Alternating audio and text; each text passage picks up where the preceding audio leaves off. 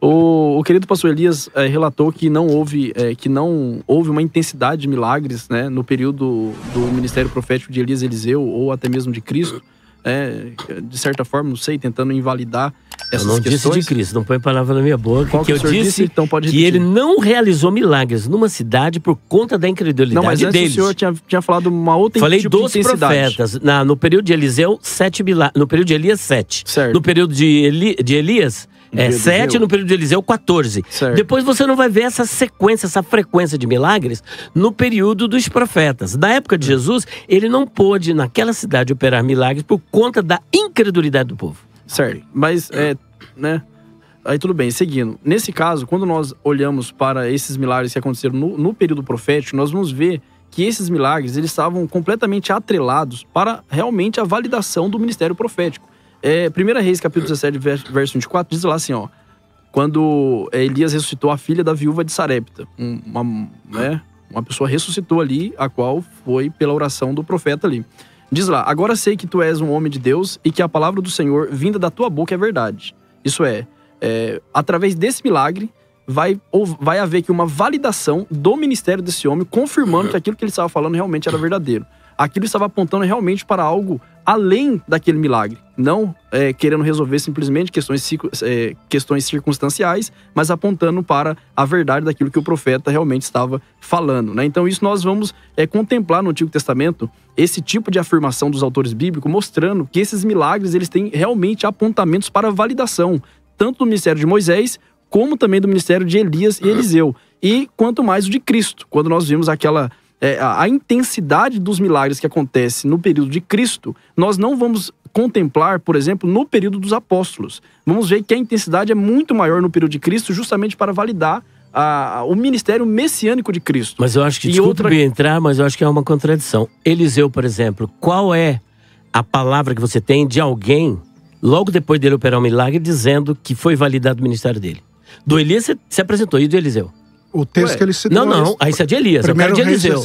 Esse é de Elias, eu quero de Eliseu. Não, tudo bem, mas isso engloba o ministério profético. Não. Elias, Eliseu, Eliseu. Porque Eliseu é logo na sequência. Sim. E onde que você tem um texto validando? Do ministério de Eliseu? De Eliseu. Mas depois dele realizar o milagre, alguém disser assim, olha, agora eu vejo que tu és profeta. Mas não há necessidade. Mas há, não há necessidade. Só que eu vou te mostrar. Não há necessidade. Só que eu vou te apresentar. Não, calma. Eu vou te apresentar. Rapidamente. Agora diz que já não tem mais necessidade. Não, calma. Mas precisamos explicar. Eu vou fazer uma pergunta para vocês. Isaías não realizou nenhum milagre. Jeremias não realizou nenhum milagre. Mas quem que inaugura o ministério profético? Ezequiel não realizou nenhum milagre. Amós não realizou nenhum milagre.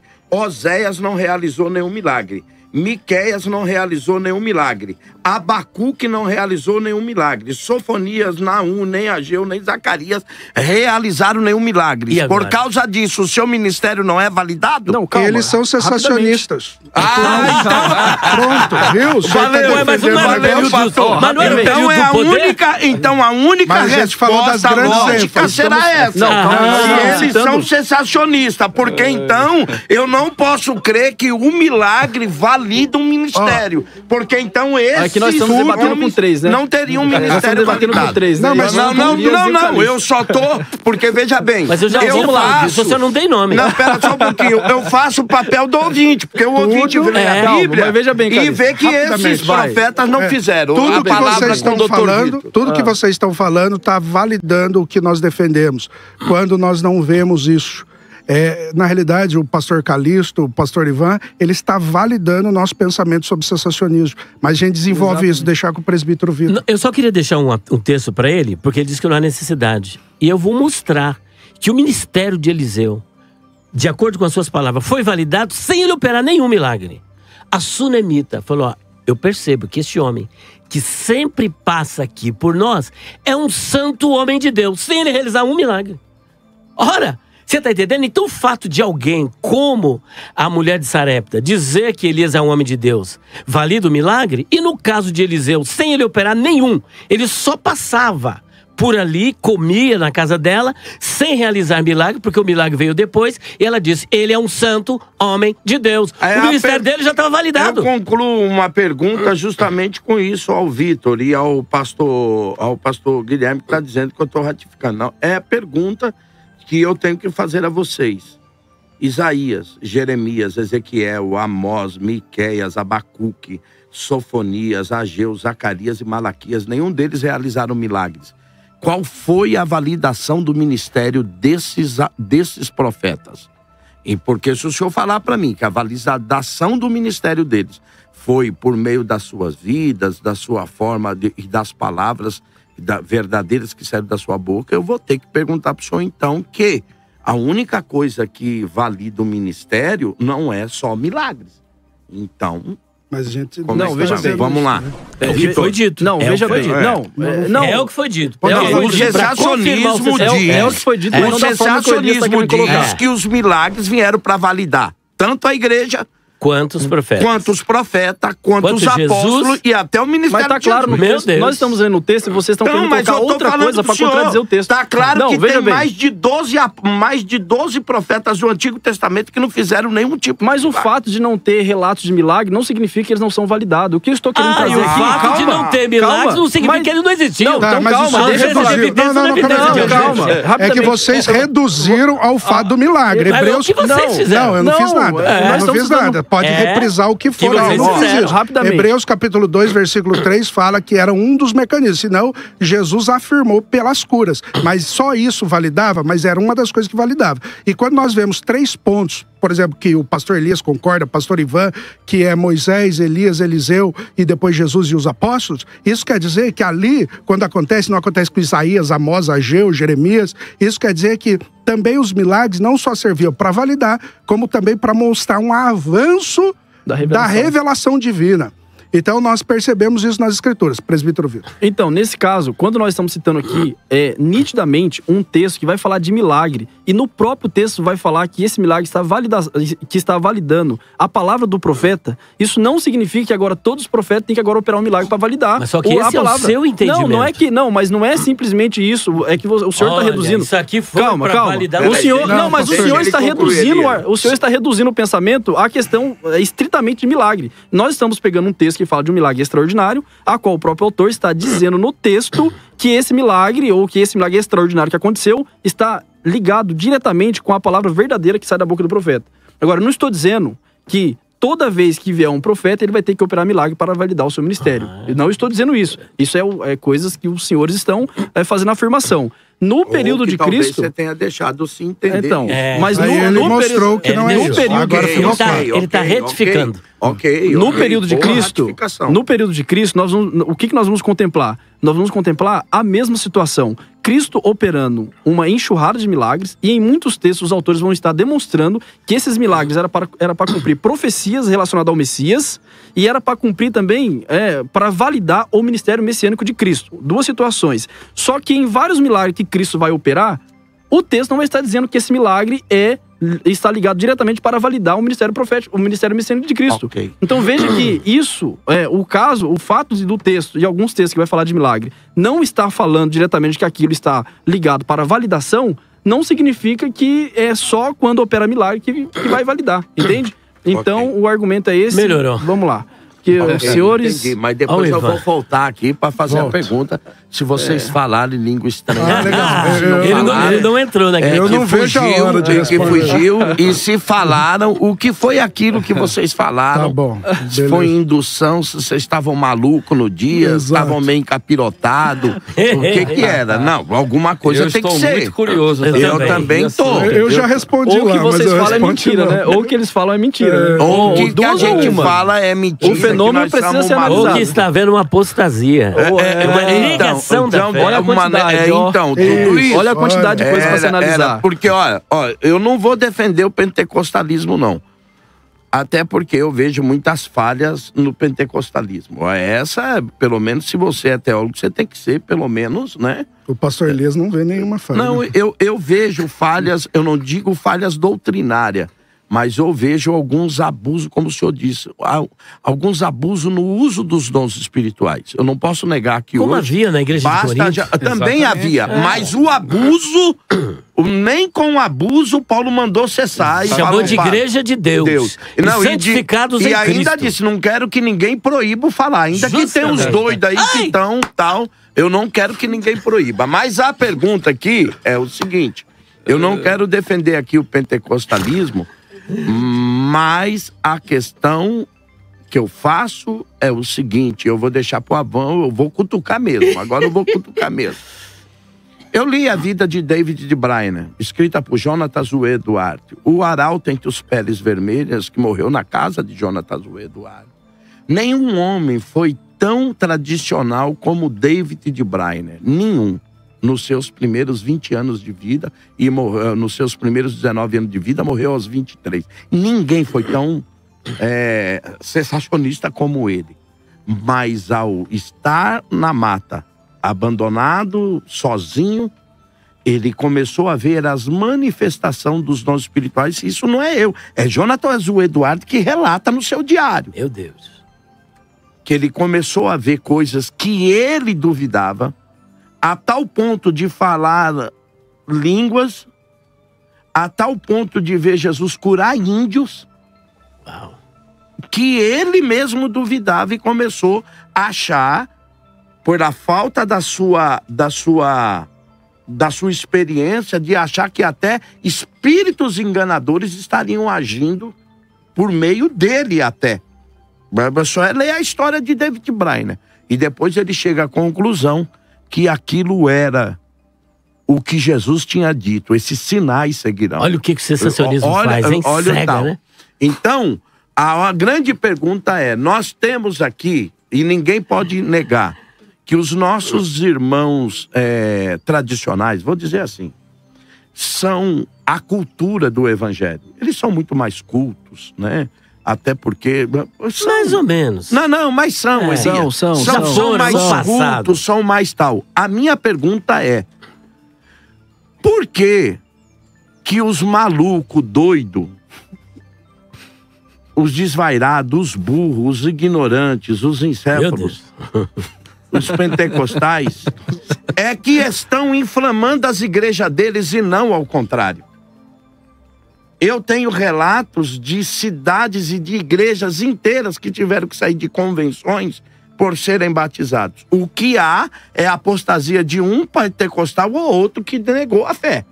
Mas a história e o momento tá dizendo aqui. Eu tô falando de coisa, de história e de coisa, relato no próprio Brasil. Pode ver, nós temos mais igrejas tradicionais se tornando pentecostais. Eu não conheço uma igreja pentecostal que se declarou agora tradicional. Querido Ivan, e aí, como é que você vê isso? Bom, são tantas coisas que foram colocadas aqui que eu fico até com dificuldade. Eu quero saber se você fala em língua estranha, o que é que você fala. Se você não tá maluco, quiser falar se você é doido. Um pouco aí também. Dá lugar mesmo. Vamos lá. Se eu der lugar, eu falo mesmo. Eu vou começar por uma questão aqui que foi proposta pelo pastor Guilherme, né? Com base no texto de Hebreus, capítulo 2, versículo 13 e 4, onde eles estão argumentando o tempo todo que a função desses dons extraordinários era validar, ou conforme o texto diz, confirmar o ministério de Jesus, o Messiado e o próprio ministério apostólico. Nós, pentecostais, não discordamos que uma das funções, conforme o texto aqui está escrito. Nenhum pentecostal que realmente estuda as escrituras nega esse fato, porque o texto de Hebreus está apontando para essa direção.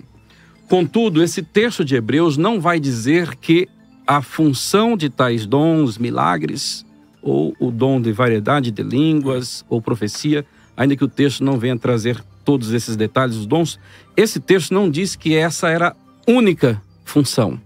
Primeiro ponto. Segundo, o texto, além de não dizer que essa era a única função de tais dons extraordinários, esse texto também não diz que esses dons não serviriam para confirmar também a pregação da igreja no decorrer dos séculos.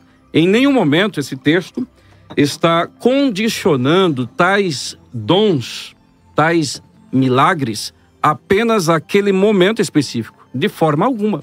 Simplesmente está dizendo que teve essa função, aí colocamos aí o ministério de Cristo, teve essa função em relação ao ministério apostólico, mas não diz que não teria função através da pregação da igreja. Então esse é o segundo ponto. E o outro é que nós vamos ler, por exemplo, em 1 Coríntios, capítulo 14, que em específico o dom de variedade de línguas e profecia tem a função também de edificar e exortar a igreja. E outra, né? A própria variedade de línguas, Paulo vai tratar ali em 1 Coríntios capítulo 14, tem a função também de adoração. Então, nós devemos considerar alguns pontos aqui.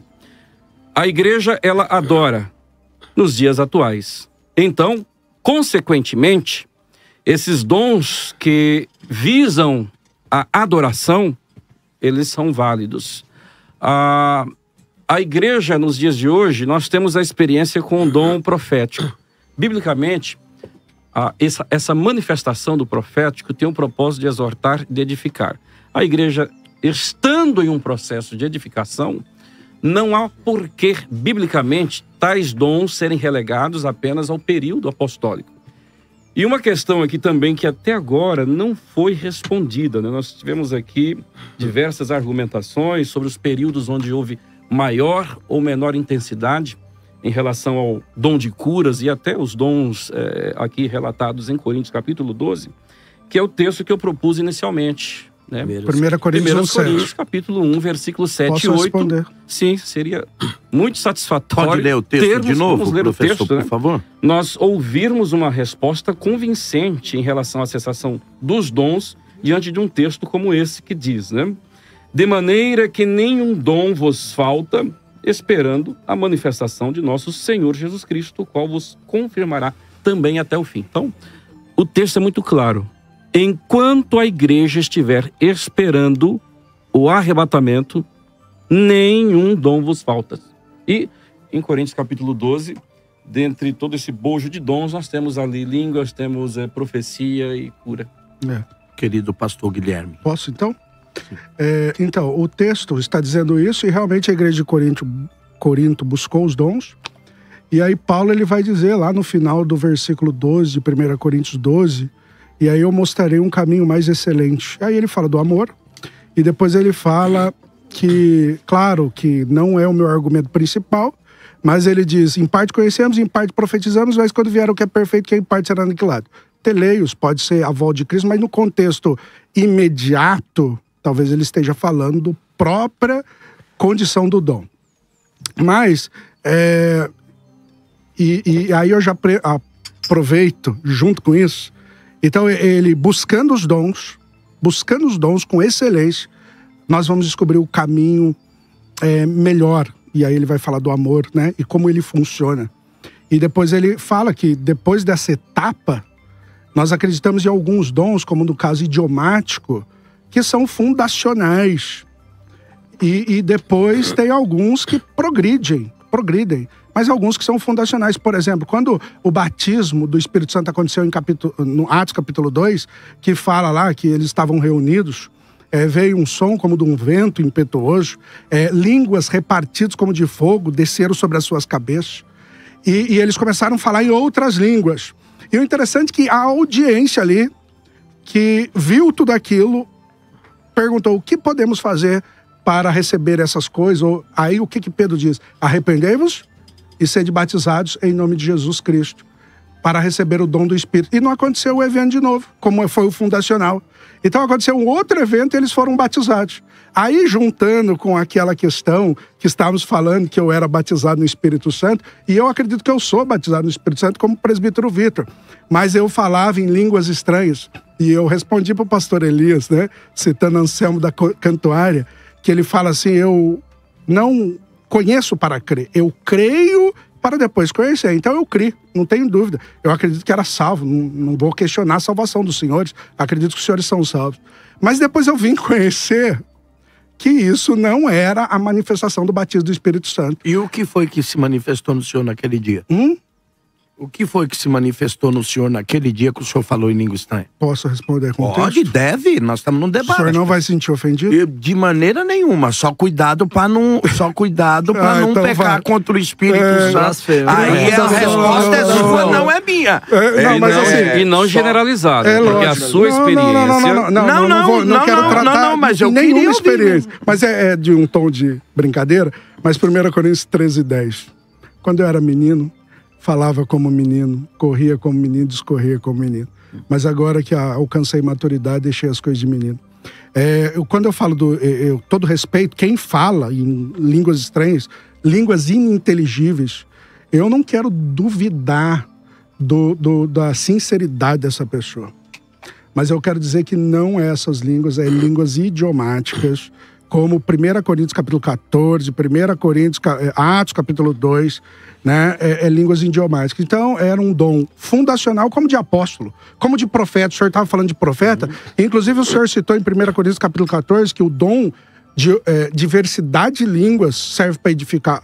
Paulo está dizendo que a profecia, ela edifica, não é o dom de língua. Inclusive, ele está... Mas Paulo diz que quem fala em línguas edifica-se a si mesmo. Então, si mesmo.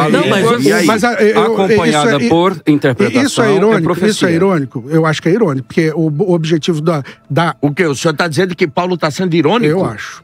Não, o mais importante de tudo que ele disse, só um minutinho. E agora, o mais importante... Uma exegese que... Por mais que eu já tenha lido sobre teologia reformada, eu nunca não tem ironia. ouvi isso. Agora, o mais importante que ele disse, que eu achei, assim, fundamental, é que ele não negou o sobrenatural na vida dele. Ele não diz que é batismo com o Espírito Santo, mas diz que naquela época foi variedade de línguas. É isso que eu entendi, não é isso? Não, na realidade é o seguinte... O senhor disse que foi de idiomático. Eu não quero desrespeitar ninguém aqui, mas... mas vai eu lá, acho nós que estamos num debate. Essa maneira... Foi demônio? Não, acho que não. Não sei. Porque eu digo o seguinte, eu digo que só tem três coisas que opera. Ou é Espírito Santo que opera, ou é o diabo que opera, ou é a carne. Carnalidade. Vamos colocar carnalidade. Emoção. Línguas ininteligíveis, como eu falava, de maneira ininteligível, não é bíblico. Então, Mas foi você que quis? O contexto, Veja uma bem, série de você se emocionou e começou a falar? Por exemplo, hoje tem engenharia social. Gente, como é que pode, né? Não, eu quero entender. Elias, o fenômeno é interessante. Engenharia social. Eu quero falar também um pouco depois. Desculpa, tem um livro, Maquiavel Pedagogo, que foi feito uma engenharia social, que, por exemplo, se tiver um lugar que todo mundo vê que algo é azul, e 9 pessoas antes, na sala, falar que é preto, e entra alguém e começa a perguntar para esses 9, que cor que é? É preto? É azul? E fala preto, preto, preto. O 10º vai ficar envergonhado de falar a cor verdadeira. Ele vai falar a cor que todos falaram. Isso é engenharia social. Então foi você que quis, então? Não o senhor tá negando então, eu quero entender o que ele está falando aqui de engenharia social. Mas com outra fala é que nós somos produtos do meio. Isso. Dependendo do ambiente que você está, então me permitam, sem ser ofensivo, e eu já disse, se eu estou no meio de quem crê, eu vou ser crente. Se eu tô no meio de quem não crê, eu vou ser incrédulo. Então a questão é o seguinte, parece que os irmãos estão pro lado dos incrédulos e nós estamos pro lado dos que creem. Não, o senhor é calvinista, né?